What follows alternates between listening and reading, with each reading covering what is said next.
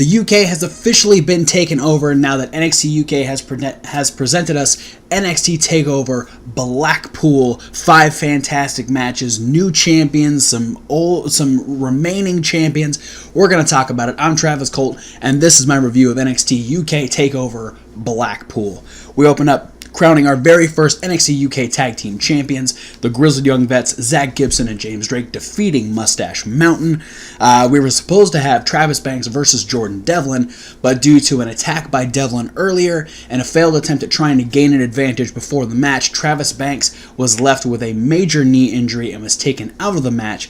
But Johnny Saint and Sid Scala had a backup plan because they figured that Jordan Devlin and his normal tactics were probably going to result in something like this. So Jordan Devlin ended up taking on his trainer, Finn Balor. Finn Balor defeating Jordan Devlin. The no DQ match, Dave Mastiff remaining undefeated, taking out Eddie Dennis after a Into the Void through a table. Moving on. Some interesting people in the crowd. We had Kaylee Ray and Jazzy Gabbert. They were talking very much about these two becoming part of the women's division. Very interested in that. Jazzy Gabbert was a monster in the first Mae Young Classic, so I'm excited to see her finally get a shot in WWE. But we moved on to Toni Storm becoming the second ever NXT UK Women's Champion by defeating Rhea Ripley. And in the main event, Pete Dunne remained the WWE UK Champion, continuing his 600-plus day reign by defeating the Iron King Joe Coffey. But he was quickly approached by the ring general, Walter, making his NXT UK debut. The place exploded on that part. I'm just going to go through a fantastic way to open. Brand new champions, brand new titles, a tag team match that we hadn't seen yet on NXT UK. A fantastic way to start. The overwhelming support for Mustache Mountain, the overwhelming displeasing reaction to Zach Gibson and James Drake. A beautiful way to start. I didn't guess any of these. Nothing happened the way I thought it was going to. I got no points whatsoever. Then following that up with the surprise of Finn Balor coming in and facing his student Jordan Devlin. Sad that I didn't get to see Travis Banks wrestle. I was really looking forward to that. No DQ match. Right smack dab in the middle. 2 big dudes just going at it. Some great moments for Eddie Dennis, being able to just throw Dave Mastiff around, and then Dave Mastiff using his size and power to beat Eddie Dennis.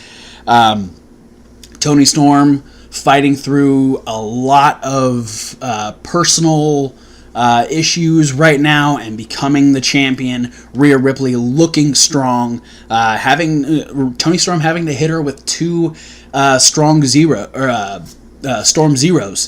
That's an impressive way to try and keep your title. I don't think Rhea Ripley's done. And then again, in the main event, having Joe Coffey and Pete Dunne throwing each other off the top rope, and just the joint manipulation by Pete Dunne, the power of Joe Coffey. It was just there was a lot of intensity. They were all great matches in true NXT Takeover form. Here's my thing, though. I don't feel the same way that I do after a regular takeover. Now, there's a couple I've been thinking about, and here's the thing: it's not that I didn't like the show. The show was great, but it didn't hit that. It didn't hit that fan button for me. And I have a couple ideas as to why it might. Maybe it's because it's the first. I don't remember my reaction to NXT TakeOver Arrival, which very like looking at the matches, very similar set of circumstances. You had you had the Ascension taking on too cool. A former major tag team going against a current tag team. You had a stipulation match where you had Neville versus Bo Dallas in a ladder match for the NXT Championship. Here you had the no DQ match. You had the women's match for the championship. You had, there was some quicker matches then, because that show was only like an hour long. So I'm wondering if maybe just because it was the first, and because of how I feel about NXT, I was expecting more. That could be it. Also, and this is kind of what I'm attributing it to, is the oversaturation. I talked about this on our midweek wrap-up a couple days ago. You can go back and check that out. The fact that there's 2 episodes of NXT or NXT UK every single week, and then you follow that up with a pay-per-view. It's the same feeling that I have during like a main roster pay-per-view. I've already watched 2.5 to 3 hours of Raw. I've watched an hour and a half to 2 hours of SmackDown. I've watched an hour of 205 Live. And then you're going to follow that up with at least a 3, and we're coming up in the Royal Rumble, so up to a 4, potentially 5-hour pay-per-view. That is a lot. And the best thing about NXT is I get 1 hour a week. I know 1 hour this week, 1 hour this week. And if I'm going to get a 2-hour, 2.5 hour, 3-hour NXT Takeover, I've only had 1 hour of NXT, and that's made me want to see those other 2 hours. The fact that I was looking for a lot more, and things like the tag team title match had me hyped. That match, I saw something different. I saw some very interesting usage of just the tag team dynamic of James Drake and Zach Gibson. They chose some interesting ways to try and take out their opponents, whether they were intentional or not. And then even Trent Seven and Tyler Bate did the same thing, where it was like there were some different things that I don't normally see happening, and that got me excited. Jordan Devlin and Finn Balor didn't really do anything different than they normally do. Dave Mastiff and Andy Dennis. There was a few things here and there, some good moments, but again, it was some of the same stuff. Toni Storm, Rhea Ripley. Fantastic athletes. I love both women very much. They're amazing in the ring, but again, didn't quite see something different. Pete Dunne, Joe Coffey.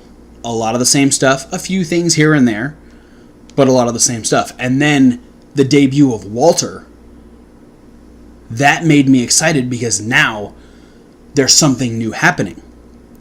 So I don't know. Like I said, it's not that I didn't like it. It's just it didn't hit me the way NXT usually does. With that being said, I'm still gonna put it out there. I'm hoping that starting next week, or this week technically, that we get 1 episode of NXT UK a week. Because I feel like that is going to make me more excited for the following week when I get to see that, because I can watch 1 episode and be like, oh man, those were fantastic matches. And then I'm able to like settle on that 1 hour for 7 days and then get that next dose. It's rather than like, oh, here's the way they have it set up now. It's like, oh, I get this 1 hour and then, oh, I have to pretend that this next hour is a different week. Okay. It doesn't feel right to me. There's something about it where it's too much. And I'd be fine with a 2-hour NXT UK show as long as it was presented like that and not, hey, last week this happened and now this week, an hour later, this happened. It doesn't work the same for me. Yeah, I don't want this to sound negative because, again, every match was great. Every match had great moments. Some matches were better. My favorite by far being the NXT Tag Team titles. That match was fantastic. I'm excited to see Kaylee Ray and Jazzy Gabbert. I'm excited to see Walter. With the Performance Center now being there, there's a lot more time for people to really train together and maybe kind of get that same cohesiveness that NXT feels like because everyone works out together there. But yeah, I'm hoping that this week starts. I'm hoping this week starts a brand new, fresh 1 hour a week, building up to that takeover, rather than just here's all of this, and then here's another 2.5 hour takeover. Like, and I think maybe that's even it. Is like I get 1 hour of NXT, and then twice as much takeover. I only got like an extra half hour of NXT UK, so it didn't quite feel as special. So maybe that's it. Again, don't want this to sound negative. A fantastic show. I'm just hoping to feel that same energy that I feel about NXT every single week. I might even watch NXT Takeover Arrival and kind of compare it to this one. This one obviously, much further into the evolution of NXT and WWE in general. NXT Arrival being a brand new thing, the very first live show on the WWE Network 5 years ago. So, yeah, I enjoyed this show. I think everyone did a great job. Looking forward to more. I'm waiting for that moment. I still have high hopes. There's amazing stars all the way through. I also like the fact that I didn't fucking guess any of the matches. The fact that every single one of them was like, nope, we're going to go this way. Nope, Zach is going to go that way. I like that I couldn't predict. That's a good thing. That makes it feel like, oh, okay, they're going a different direction. That's great. Technically, Kevin Hawk only got 1 point, and even though he didn't really get a point because Travis Banks didn't win, but Jordan Devlin lost, so he kind of got a point. Even though we didn't expect Finn Balor to show up. And that's another surprise. I love Finn Balor. He's by far one of my favorites on the current roster. And so to see him show up was fun. But I don't necessarily think he should have beaten Jordan Devlin. I guess it's kind of on the same level as like Jushin Thunder Liger coming in and beating Tyler Breeze back at Brooklyn. Regardless, I'm excited to see where it goes. This show was a great way to start. Not the best way, but a great way. Looking forward to more. But for now, guys, thanks for watching this review. Thank you to all the new subscribers. I'm going to give a shout out to Gimme a Hull Yeah podcast for checking out our predictions. You guys have a fantastic show as well. I really liked your guys' discussion. Thanks for checking us out. So go subscribe to them. They've got some great insight as well, especially them being UK based. They were much more in tune with the UK brand, and I appreciate that very much. So thank you guys. Thanks to all the new subscribers. Please post down in the comments what you thought was the best, worst, what was your favorite part of NXT Takeover or NXT UK Takeover Blackpool. So many things to say. Check out our different videos. We have reviews every single week. We're getting closer to the Royal Rumble and NXT Takeover Phoenix. Be sure to check out Reasonable Wrestling Fans. It's reasonable with a W, like wrestling, where you get unboxing videos. An entire playlist of unboxing videos where we get shirts like this Marty Skrull shirt. We get Micro Brawlers, Funko Pops, all kinds of stuff. We have an entire playlist of punishments that happen after major pay-per-views. We're going to be having another one after the Royal Rumble weekend. You can get all of our regular reviews in podcast form over on SoundCloud. But for now, guys, thanks for watching, and we'll see you at whatever video you decide to watch next.